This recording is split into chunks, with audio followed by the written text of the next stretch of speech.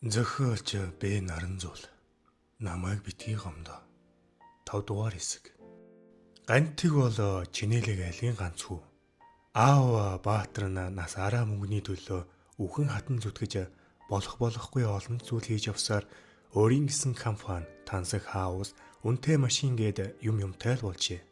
Эхнэр наасаалтаа ханилаад 30 жилийн нүр үзэхдээ хоёр ч хүүхэдтэй болсон боловч хүүхдүүд нь хөлд орхосоо ч өмнө ертөнцийн мөнх бусыг үзүүлж тэнгэрт оцсон байжээ. Үүний цаад учир нь Баатрийн шуналтай автан бусдад хийсэн муу үеийн үр байсан гэдгийг тэр хоёр яаж мэдэх вүлээ? Хагцал гунигт автан галз урах шахсан нансал нэг хэсэгтэй л бор дарсан дурлан үргэл согтуу хүлчүү гэртээ хөвтөх болж нөхөр нь ч үүнд нь дургуйлхан гэртээ харих нь багасч мөнгөний төлөөх улааралтай автсаар тэр хоёрын харилцаа дасрахад бэлэн болсон нарийнхан олс шиг л болсон байлаа. Уг нь нансал хинч харсан үзэлсэнтэй игэлж ирэн сайхан бүсгүй. Давхраагүй жижигхэн тас харнууд нь баяртай юм уу ууртай үед нь яг л гантик чулуу шиг ялалцдаг. Энэгт нь уруулын хацрын хоорондох нуглаасанд нь хөөрхөн хонхорхоо үүсч дэгшгэн цагаанчууд нь нүл гэлбдэг тийм л хөөрхөн бүсгүй байв. Баатар ч анхаа түүний хөрхэн инээнд нь дурлсан түүхтэй. Нансал түүнийг араасаа бүтэн 2 жил гүйлгэж цэцэг бэлгэний мөнгөөр хангалттай шатаасны эцэс зөвшөөрсөн. Баатрийн өвггүй зүтгэл халамж хайр Нанслыг уяасан билээ. Баатар ч 2 ч хүүхдээ алдчихад гунж гутран амьдралын хэцүү сорилтод бууж өгсөн эхнэрийг анхныг шиг халамжилж сэтгэл санааг нь тайлруулахыг хүссэнгүй. Гадуур ажил төрөл хөөцөлдөн үргэлж өөрийгөө завгүй байлгын шатсуу өөр бүсгүүчтэй учран жаргахаач мартсангүй. Гэртээ харивт нь согтуу эсвэл шартсан байдалтай нүд нь бүлзийж хавтсан улаасан ихнэр нь ухтахад түүний ой гуцдаг байлаа.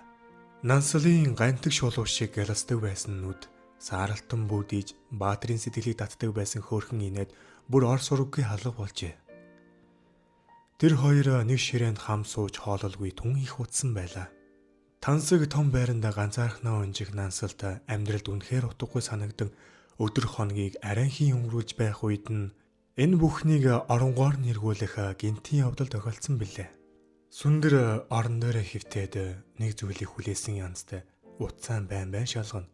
Түүний хүлээсэн зүйл ирэхгүй байгаа бололтой уруулаа хадснаа живгэр хар хөмсгөө нумруулан зангидах нь тунчиг хөөрхөн харагдана. Ойрд охин нь овоо дуушгүй орон хоолундаа сайн идэж хичээл номдооч дуртай явах болсонд долзод авгаа дотроо бишүүхэндээ баярлаж байлаа.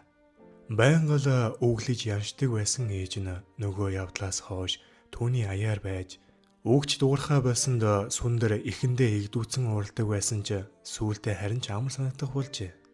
Сүндэр ийхүү бодол болж хөвцнээ нэг мэдэхнээ нүдэн анилдаж хэсэгхэн зур зүрмлэж орхиод тэртех олон жилийн өмнөх асрамжийн газрыг зүудлв. Миний хөрхөн дүү он сойж байгаарай. Их чинь нутгүй ирж дүүг аав заяа.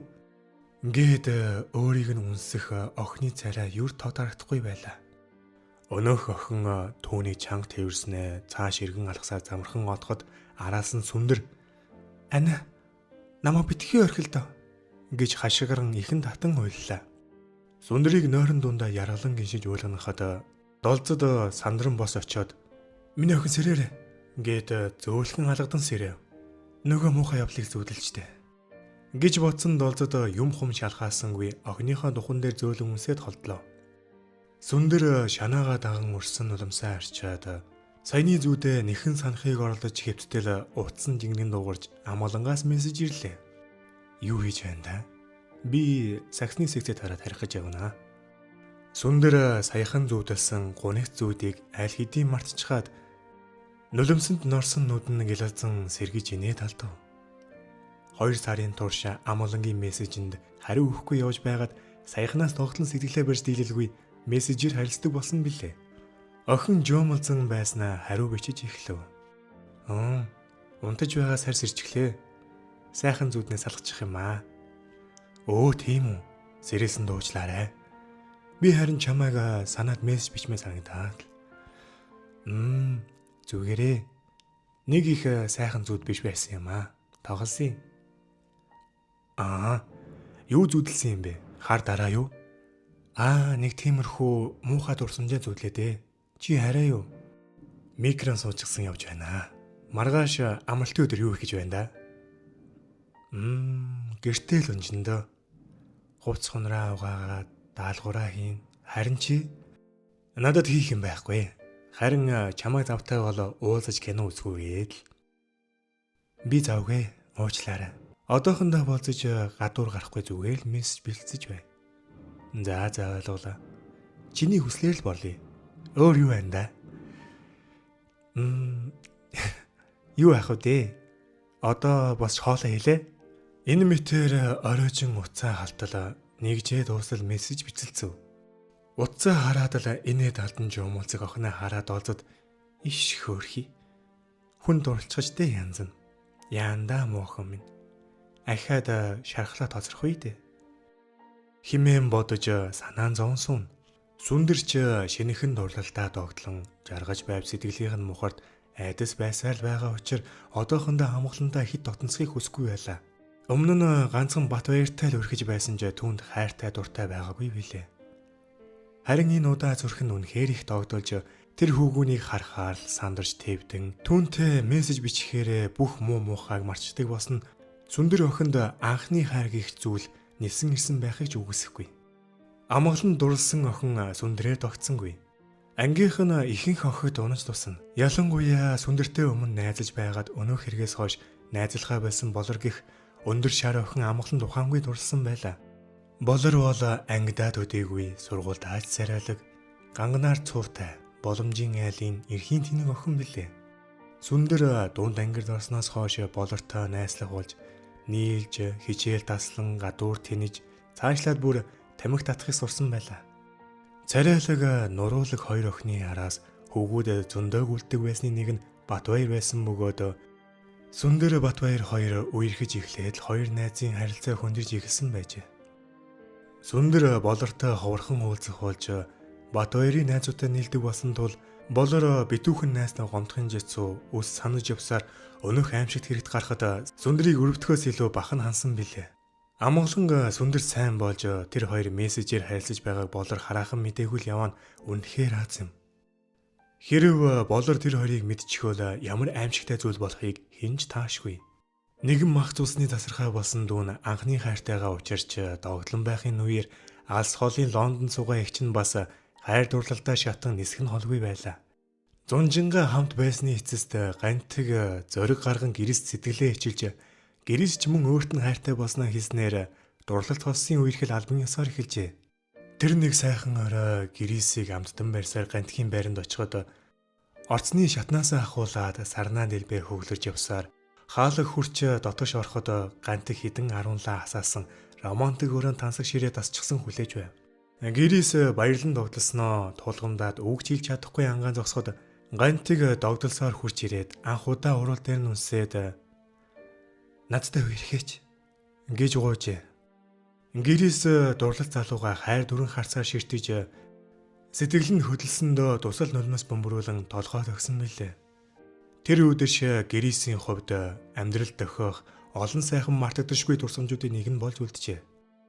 Гэрээс ахлах сургуулаа төгссөн тул урлагийн их сургуульд илсэн орж багийн мөрөөдлөө биелүүлэхээр сэтгэл шуулуудан гантиг ч мөн суг таянасаа салж бүрэн идгээд хичээлдээ явж эхэлсэн бөгөөд хос залуус маань өдөр бүр зав зайгаараа уулзсан болзож гадуур зугаалan цагийг сайхан өнгөрүүлж байлаа. Гэрээсийн гэр бүл амгалан тайван элэг бүтэн хിവэр аав ээж нь ялимгүй хөгшөрж дүүн томорсоор гэрээст санаа зовоох юу ч байсангүй. Дуртай мэрэгчлэрээ суралцсан хайртай залуутайгаа болзож аз жаргалтай амбанхан байв. Өвлийн үлрэл хэдийнэ эхэлж хорвоо дэлхий цагаан өмргөө зүүжээ. Удахгүй болох шинэ жилийн баярыг хүлээн хүн бүхний сэтгэл дэврэн энэ тэндгүй гоёл чимэглэл гялалзан гэлтгнах нь сэтгэлд нэг л сайхан дотн мэдрэмж төрүүлнэ. Сүндэр энэ жил сургуулийнхаа сүлд модны наадамд оролцох хэсгээ шийдэж ядан байлаа. Амгалан гих хөвгүн энэ жил шилжиж ирээгүйсэн бол Сүндэр юун баяр наадамд орох мантай шууд л татгалзах байсан баг. Харин амгалан түүнийг ятгаж хамт орё гэж гуйсан тул охин сэтгэл нь хоёрдон яхаа мэдхээ байжээ. Авч өгсөн хувцас хунрыг нь тоохоо байж муухай ажиллах болсон охин нь гинтл нэг өдөр ээжээ Надад нэг гоёлын даашин заваад өгөөч тэхүү. Химэн гуйхт нь доолзод гайхахын чицүү баярлаж дуртай наргагүй живширсэн билээ. Ээж охин хоёр анх удаа хамтдаа дэлгүүрээ хийсч сугдалзан алхав. Долзод охинд гоё даашин зав зөвхийн тулд гар татсангүй.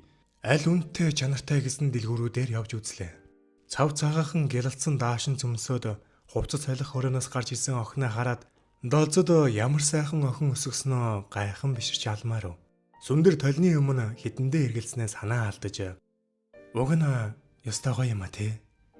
Даанч амар үнэтэй юм байна. Таны бараг нэг сарын тэтгэвэр юм байна штэ.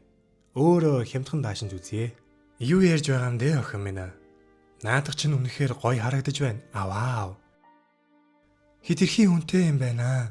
Ганцхан удаа өмсөх юмд ийм их мөнгө үрж яах юм бэ? За зүгээрээ миний охин. Ээж нь энэ олон жил охинд ганц гялаж кальтасиум авч өгсөн биш. Хэдхэн хоноод дараа сарын тэтгэр буучхна. Санаа зоволтгүй. Ав миний охин. За. Та өөрөө л ав гэсэн шүү. Ястай гоё юм а тий. Би энийг цэвэрхэн өмсчөөд буцаага зарнаа. Тэр хоёр хамаг мөнгөөрөө даашинз төвл аваад гэртээ хайрлаа. Бөөн баяр хөөр болсон сүндэр гэртээ харингуудаа амгалан руу менсэж бичив. Би даашинзаа авчихлаа. Хамтдаа үдшилтэд явахыг зөвшөөрч байна.